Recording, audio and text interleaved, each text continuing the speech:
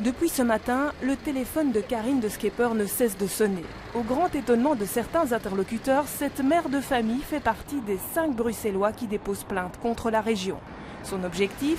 Obtenir une meilleure qualité de l'air à Bruxelles. Moi personnellement je suis asthmatique et donc la pollution ça me touche tous les jours. C'est pas gai de prendre des cortisones tous les jours. J'ai aussi des enfants et je ne veux pas que mes enfants un jour ou l'autre passent par la même chose que moi. Le gouvernement bruxellois a pourtant voté en juin 2016 un plan pour diminuer les niveaux de pollution de l'air.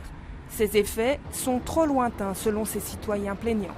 Mais si on doit attendre jusqu'en 2020, voire 2025 pour voir des résultats, il faut savoir qu'on est en infraction depuis 2010. Un combat loin d'être utopiste selon certains avocats spécialisés en environnement et dépositaires eux aussi de la plainte contre la région devant le tribunal de première instance ce matin.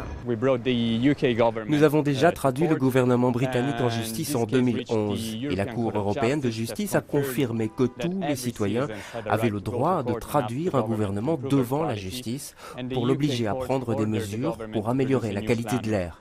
La Cour britannique a ordonné au gouvernement de produire un nouveau plan et dans plusieurs villes allemandes comme Düsseldorf ou Munich, les autorités ont été contraintes d'interdire les voitures au diesel pour 2018. C'est de loin mieux que ce que le gouvernement bruxellois propose aujourd'hui. Les plaignants espèrent être entendus par le tribunal de première instance dans le courant du mois d'octobre.